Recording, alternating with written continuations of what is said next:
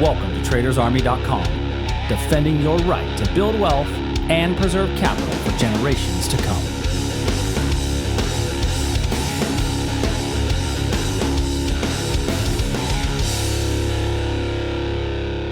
What day is it?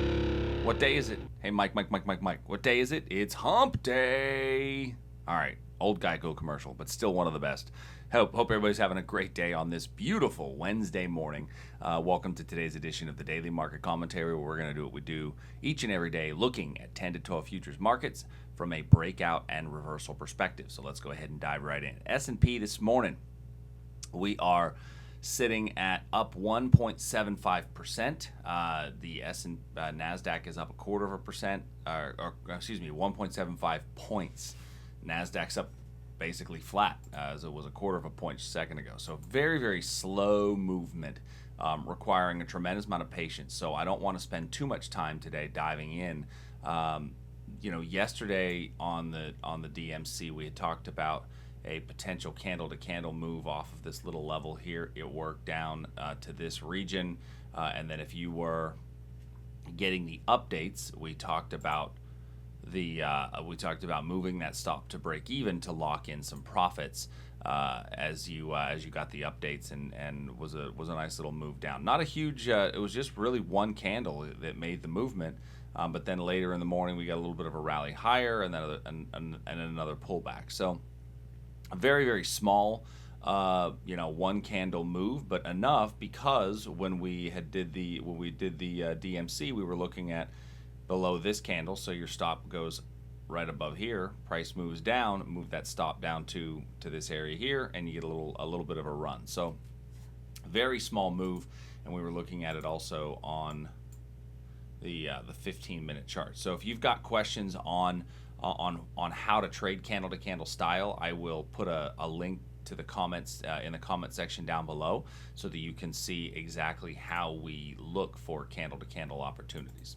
As far as today goes, looking at the S&P, on my 1 hour time period, I'm sitting kind of still in between major levels of demand and supply. There's nothing in here for me to want to force a trade, and so I'm gonna let it be. I'm tempted to look and see if we get some basing below here. Remember, I need 3 touches for a breakout, so right now I only have 1. Waiting on that base. That basing would be the next closest thing for a trade. I just don't have it at the moment. NASDAQ, very similar price action. We didn't quite get down near this level here. So when I look at the NASDAQ, I would say the same thing, that we don't have any strong entry for price one way or the other. So once again, waiting on this potential reversal and this one as well. Crude oil. I know this is going to sound hard to believe, but we are not at any major strong levels. I think that crude oil could be one that moves a bit faster to some of those levels. As yesterday we had a really strong move down, chopped around, and then popped up later on throughout the day. I will wrap my lines around this area up here in crude. So this area up here is the level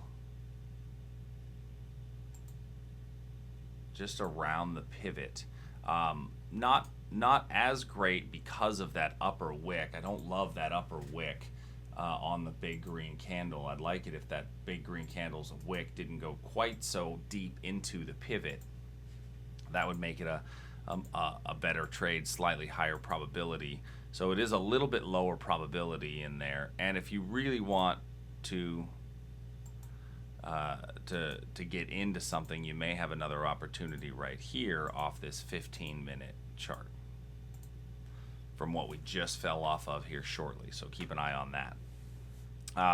Dropping down, we may see that this area becomes a price magnet somewhere down in here, where we had the origin of this move higher. So keep an eye on that as well. Gold. We had our breakdown in gold, so that gold level broke down a couple of days ago. Yesterday, we had talked about this breakdown, this move for a little bitty, 2 to 1, maybe right at 2 to 1, just off above that pivot, and then completely reversed and did nothing.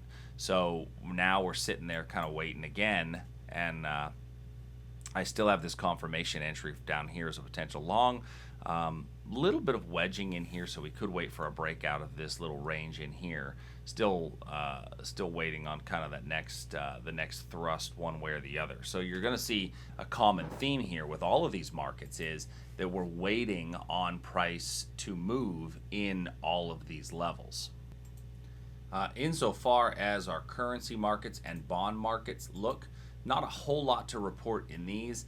Bonds really fell off yesterday, so once again we had spoken about the fact that our bonds keep putting in these supply levels that don't seem to get retouched, and when a supply level doesn't get retouched, now it's going to start breaking through demand levels, and that's exactly what happened. Now, this demand level was no longer going to be a valid setup. Why, do you ask? Was this demand level not going to be a valid setup? Well, take a look. If this distance is our exposure, then that means that you need to get a minimum of a 2-to-1 reward to risk before your opposing supply level. Well, we have a little bit of basing here, and I've got this little supply level right here, which both will negate that 2-to-1 reward to risk. So without having a 2-to-1 reward to risk, what you do is you wind up trading A, lower probability, B, against the big picture, and so while that level was still there, it loses that validity and that strength.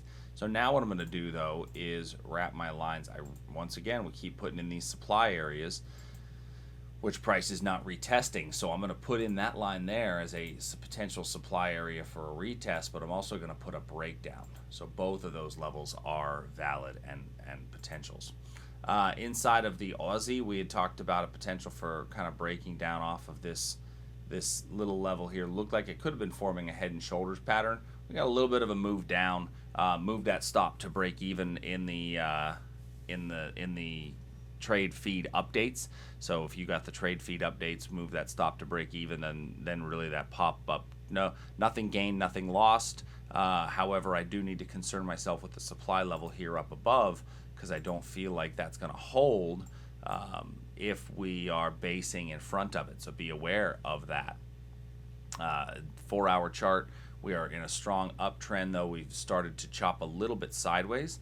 So I'm going to just keep this on if you choose to, but make it a confirmation entry. Nothing real change in the euro. We actually have just come down to our potential breakout point in the euro. This is the same level that I had talked about a couple of days ago.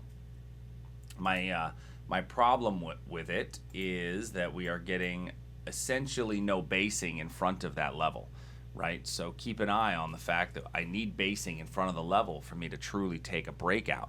And usually what I see is when you get no basing, that's when you get your breakout fake outs, where doesn't mean that that level's not going to work. I just might want to wait for a potential reversal. Okay, and so you might want to look here for a potential reversal.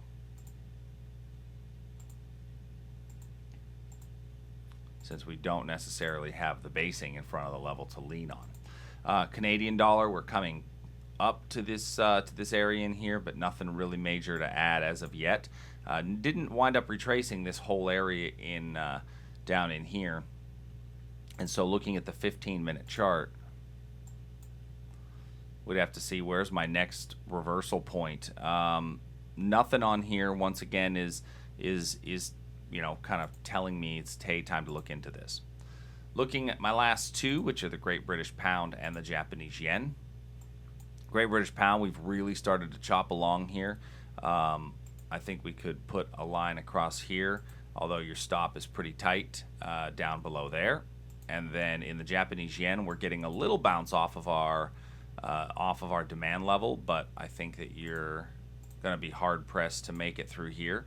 So it doesn't really give you that strong reward to risk with this basing that we have right in here. So just keep an eye on that one for today. If you're already in it, take your stop, move it to break even. It's hit the 6-candle rule so that you don't have to put too much exposure. So hopefully this makes sense. If you guys have any questions, please send us an email, support@tradersarmy.com. I will